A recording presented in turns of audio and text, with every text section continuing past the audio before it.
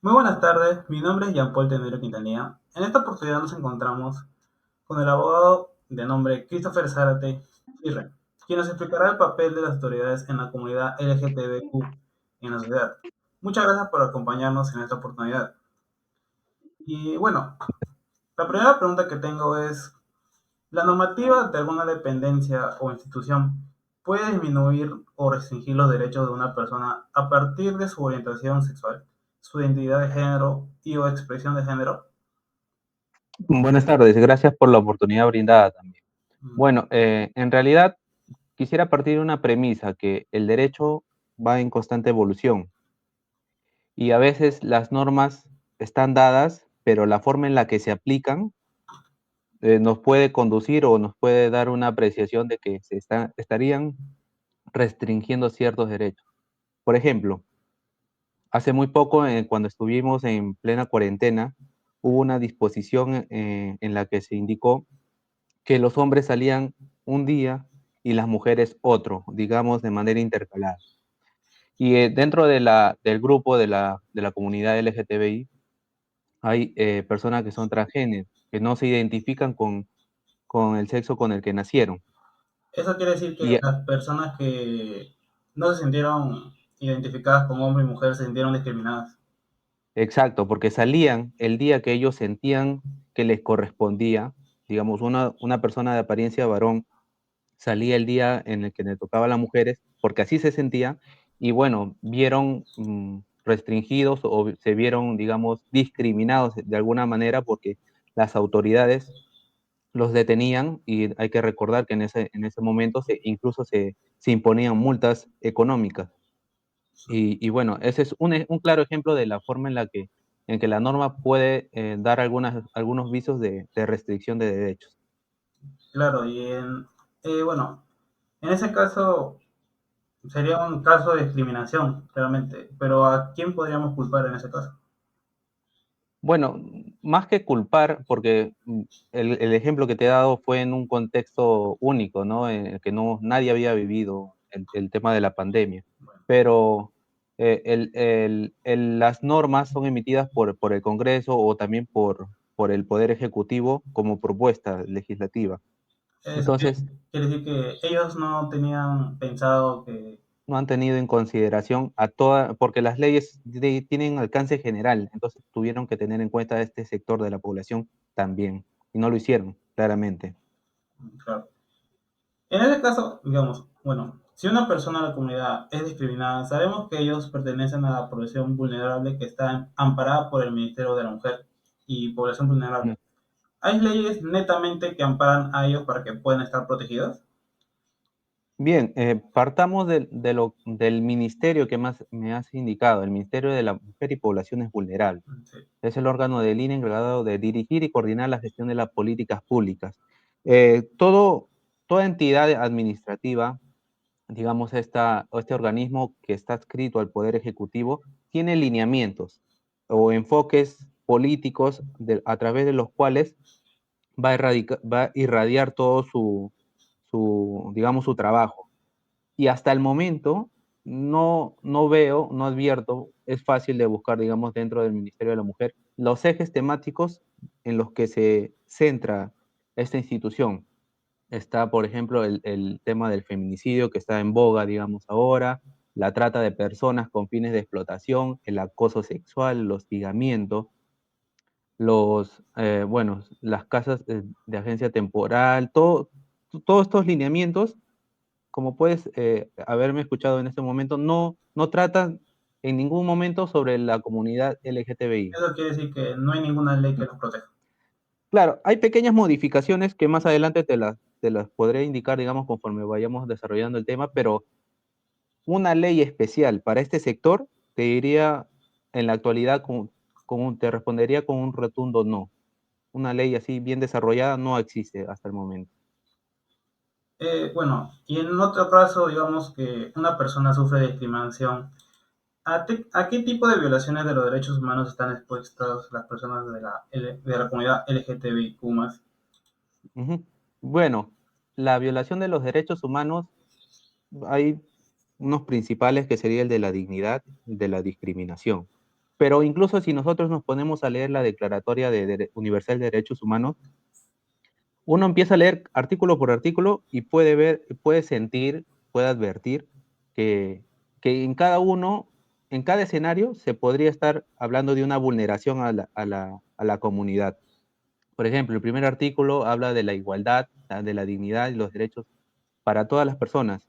Claramente, si una persona de la comunidad LGTBI se siente discriminada o abusada por parte de las autoridades o cualquier otra persona, este derecho estaría siendo vulnerado. El siguiente artículo es el de, la, de los derechos y libertades proclamados sin distinción de raza, color, sexo. También es evidente, digamos, la, la vulneración a la cual estaría expuesta o a la libertad, ¿no? Ahora que cada persona es libre de elegir, digamos, su orientación, eh, uno puede verse restringido, digamos, por la forma en la que las autoridades aplican las normas y, y bueno, hasta casos más extremos, cuando alguien podría, digamos, por el simple hecho de no soportar determinada decisión en la orientación de la persona, no sé, someterla, capturarla, estaríamos hablando de una suerte de esclavitud incluso, que es un claro ejemplo de la vulneración. Y así podríamos ir enumerando cada uno de los artículos de la Declaración Universal de Derechos Humanos, y en cada uno saldría un ejemplo claro sobre la vulneración de sus derechos. Claro. Y digamos, ¿cuáles son las implicaciones de que ahora en el Perú la violencia contra las personas trans sea considerado un delito motivado por el odio? Ya.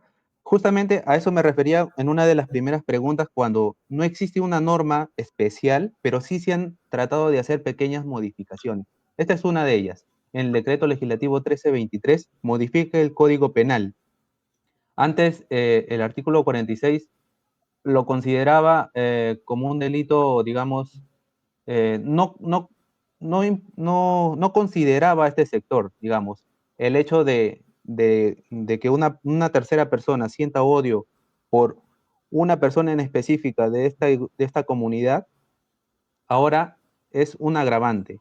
Ya lo consideran como, digamos, para el lado de las mujeres, cuando hay crímenes de odio también para el sector de la mujer, de igual manera tendrá un peso específico cuando se atente contra la vida o bueno, la dignidad, la igualdad de las personas de la comunidad.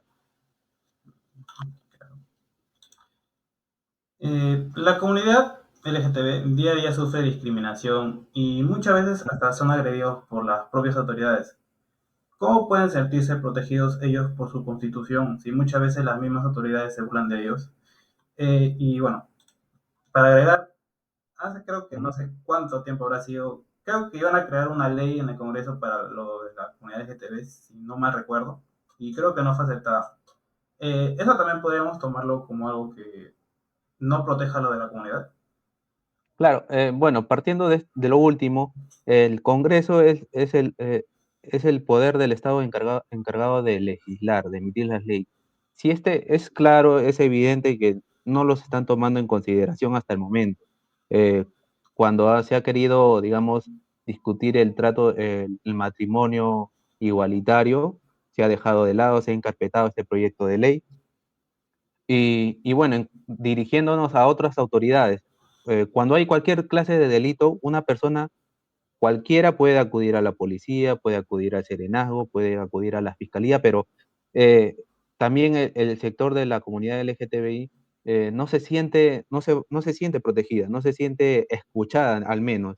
Eh, y bueno, yo les recomendaría un organismo constitucional autónomo, que es la Defensoría del Pueblo, En, tiene oficinas descentralizadas y, y tiene este apoyo, brinda apoyo en el tema de derechos humanos, que es el rango más alto de los derechos de los cuales se puede discutir, porque dentro de la Constitución, lo único que de la norma o artículo del cual podemos partir es sobre la no discriminación, pero ya vemos que ahora no se respeta mucho, o ni siquiera se respeta, digamos.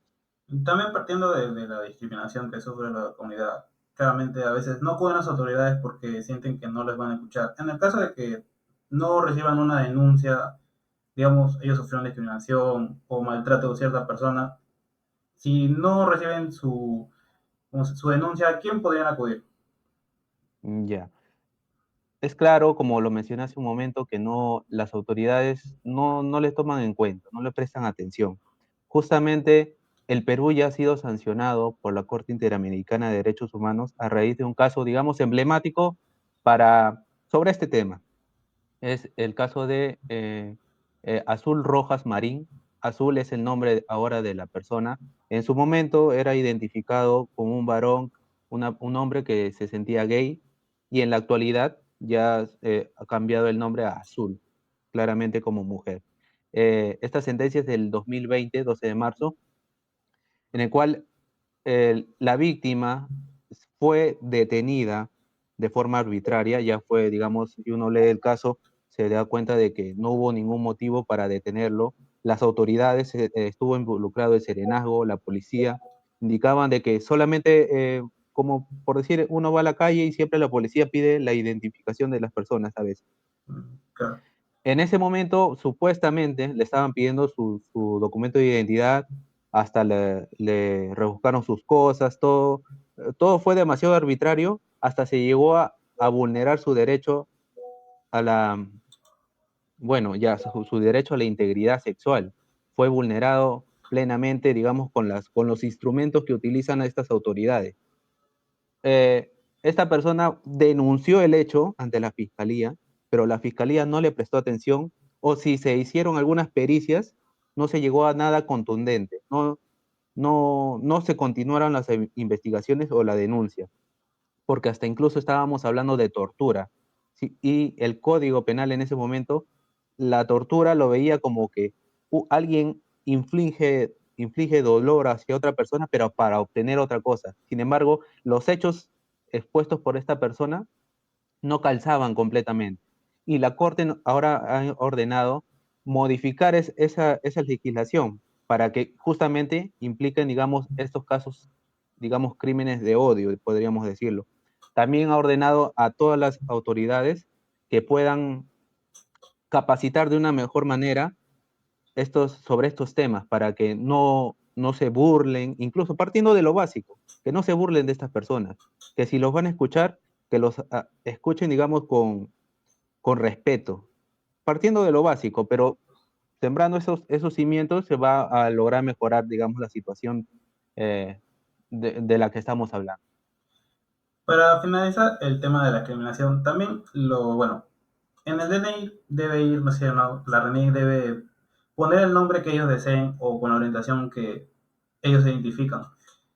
Eso sería discriminación si no aceptan eso, poner su nombre. Claro, porque el tema de consignar el nombre es libre. Eh, Volvemos a la Declaración Universal de los Derechos Humanos, es el derecho a la identidad. Claro. Entonces, claro, uno dentro del Perú, con las normas antiguas que tenemos, diría, me apego al Código Civil y estamos hablando de varones y mujeres nada más. Sí. Lo mismo que con el matrimonio, ¿no? Entonces, es algo que se tiene que seguir evolucionando, conforme te mencioné al principio, el derecho también tiene que amoldarse a la actualidad, tiene que seguir mejorando y tomando en cuenta a todas las personas sin discriminación. También agregando el caso de que usted dijo del matrimonio entre dos personas del mismo sexo, en Ujú. nuestro país sabemos que ya es legal un matrimonio entre dos personas del mismo sexo. Sin embargo, en el Perú todavía no está permitido y en esto es uno de los motivos de la lucha de la comunidad LGTB. ¿Por qué en el Perú, siendo un país democrático, se rehúsa aceptar el matrimonio entre dos personas del mismo sexo? Por cuestión de idiosincrasia, el pensamiento que tienen los legisladores, vemos que, bueno, coloquialmente podríamos decir que están chapados a la antigua, ¿no? El tema del matrimonio, incluso dentro del Perú, digamos, no lo permiten, digamos así, de acuerdo a las leyes.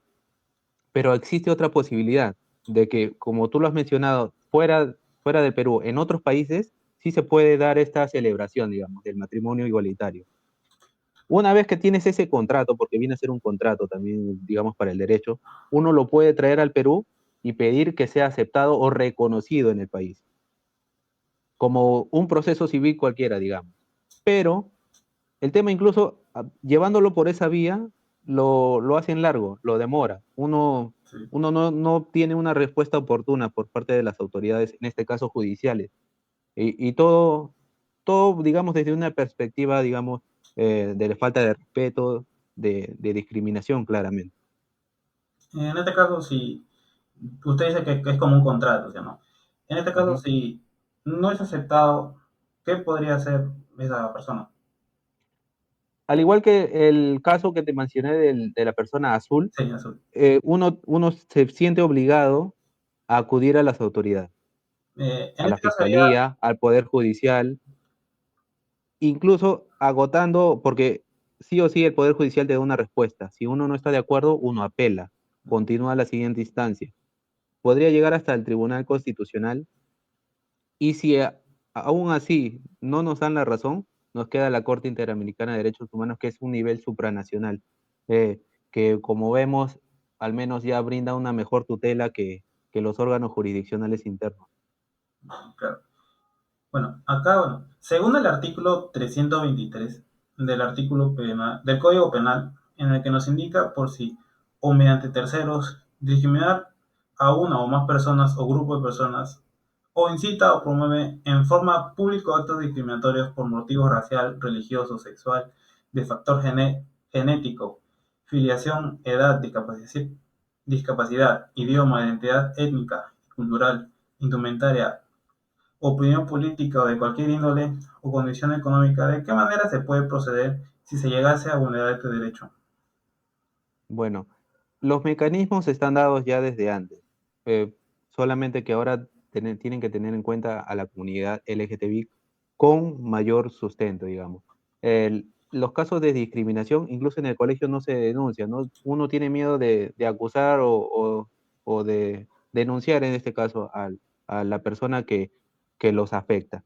En la comunidad tenemos a las municipalidades, tenemos al serenazgo, pero evidentemente tendría que venir luego de esta capacitación ordenada por la Corte Interamericana.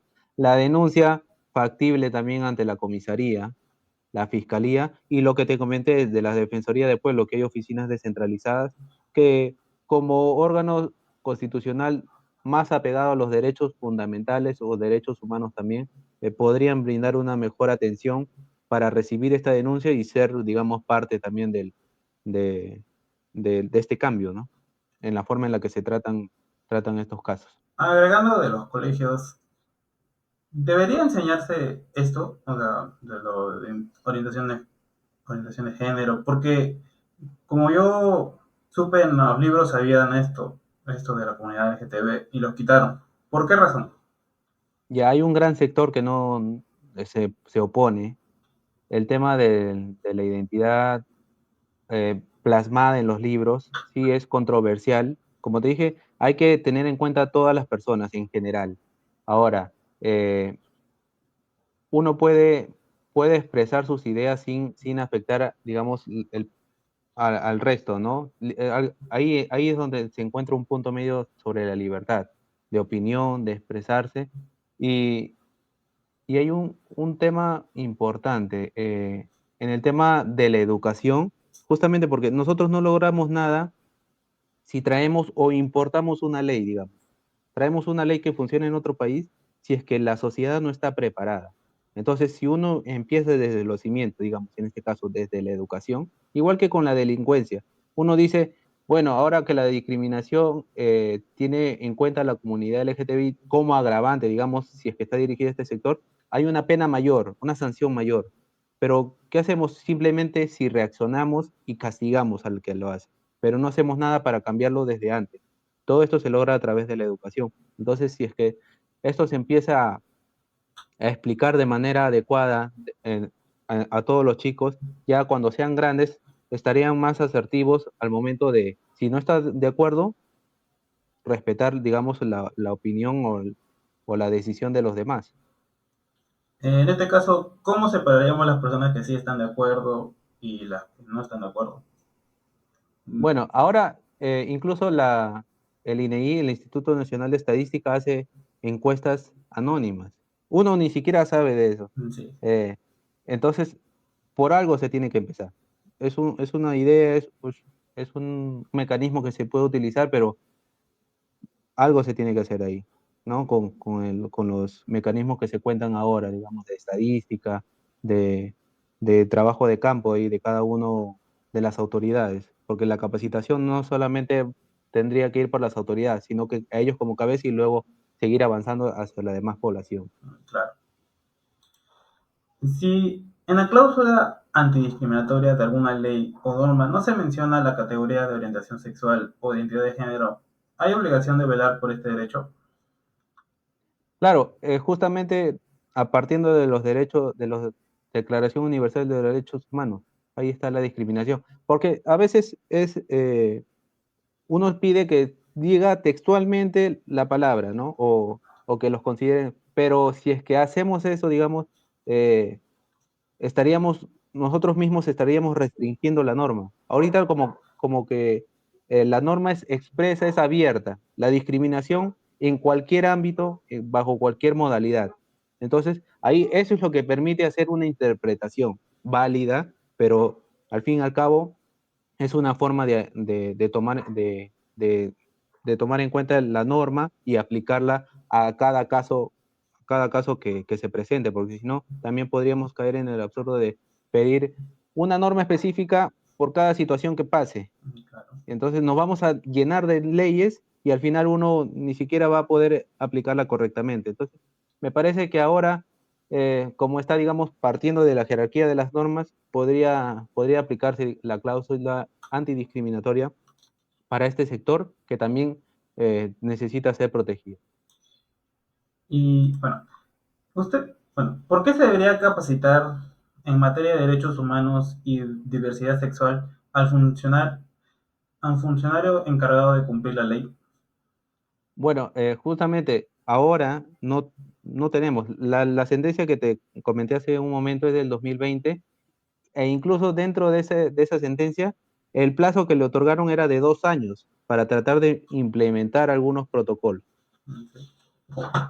2 años que se tienen que hacer y hasta ahora no tenemos en cuenta, porque incluso le ordenaban que sea, digamos, que lo publiquen en medios de comunicación, en, en las redes sociales, y hasta el momento no se hace mucho, pero es importante la capacitación para que las autoridades sean asertivos, sepan escuchar, sepan proceder de una manera que no se burlen, digamos, cuando viene este sector de la población para reclamar algo que les corresponde, que sienten que se sientan afectados.